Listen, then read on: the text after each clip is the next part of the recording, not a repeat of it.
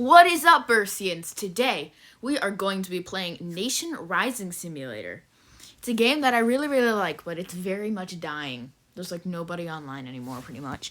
It's a game where you can just do stuff. And of course, since nobody's playing, as you can see, you need 10 people to make a server.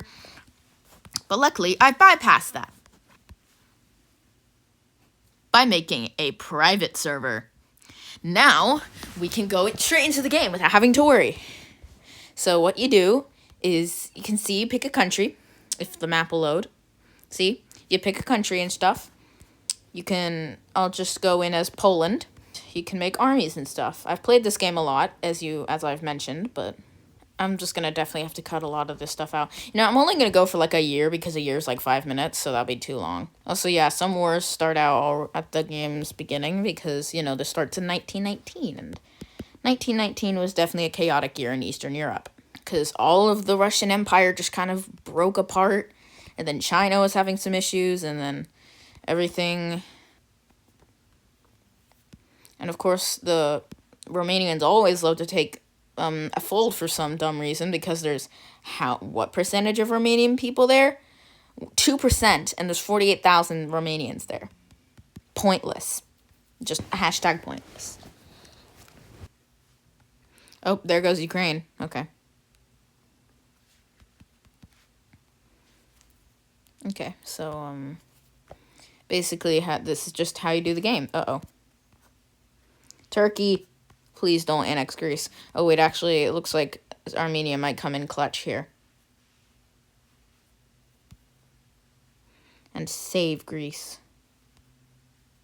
Because they might be about to capitulate to the Turks. I'm going to reroute that one, because it'll be able to survive. Okay, and boom. So yeah, we are just bullying Lithuania.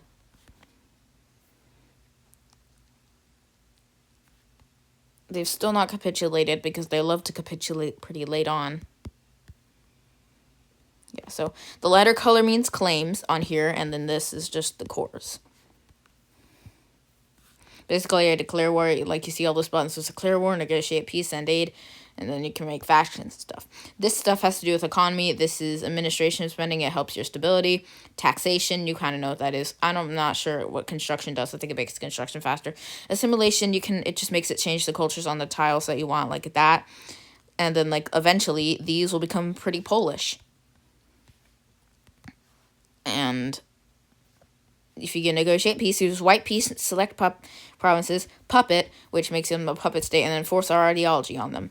I'll go on to our ideology in a second, but Poland usually just takes that, so. I mean, they also usually take Oxtakia, or however you say that, and then, yeah. So this is how the map generally tends to look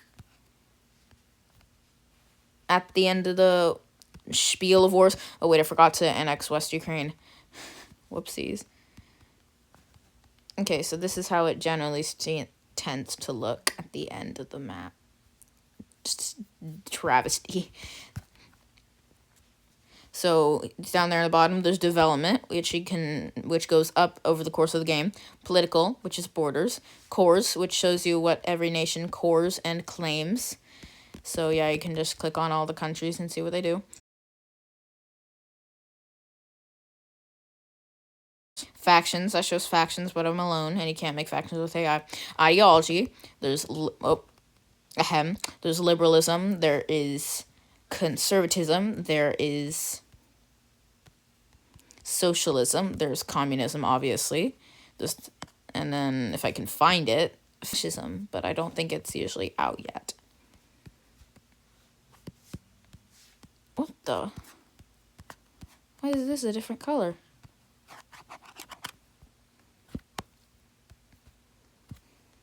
That's weird. Anyways, yeah. And then there's primary cultures, which shows you where every single person lives. So it's like more of a gradient rather than culture, which is next. And yeah, so it's a lot more of a rigid one compared to a very much softer one. Poverty is kind of correlated to development, and then resources. It's really laggy, as you can see. Now down there at the bottom, there is, okay, well, you can also get revolts, which is a good time to see. Basically, if your culture is not a majority in the place of a tile, it will revolt and get unrest. That's basically all that revolts are. You can help keep revolts down by administration spending up. Anyways, at the bottom, as you can see, there is the amount of money you have. If it's going up, you're gonna survive. Then there's construction power. You need it to construct things. For example, farms, which cost 200.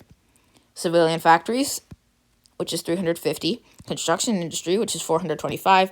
Standard development, which is 100. And military factory, which is also 350.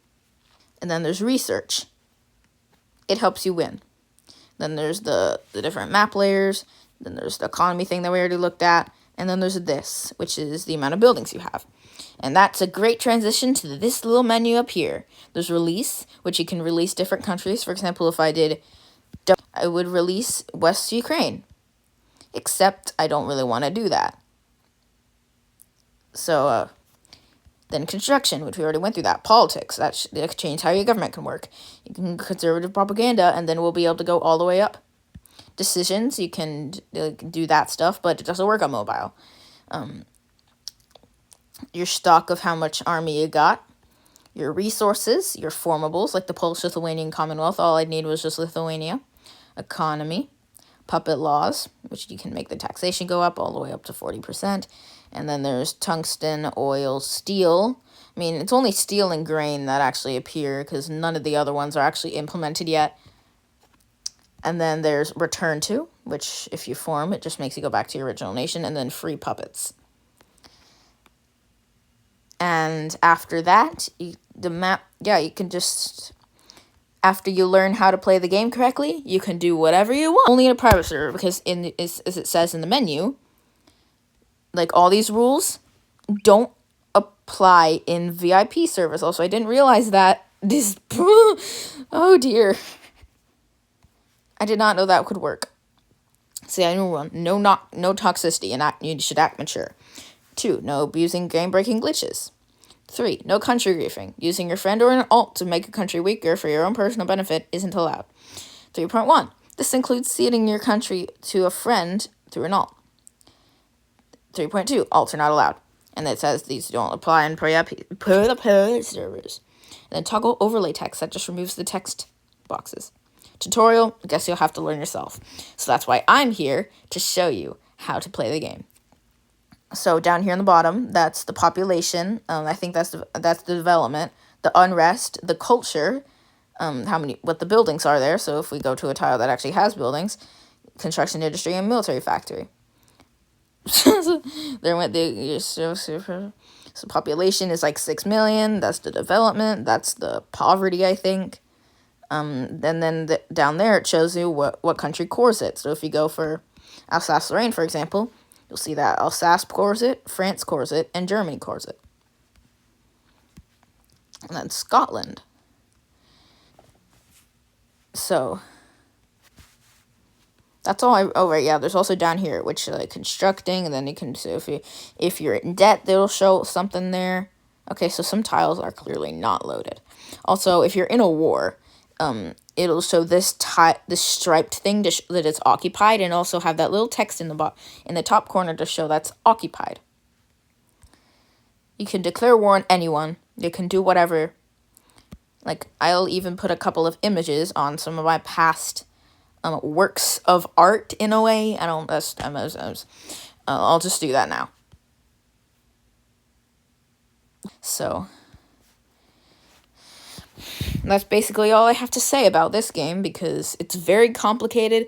If you want to play, you can learn it yourself, but there you go. So, let me just go somewhere else to do my outro.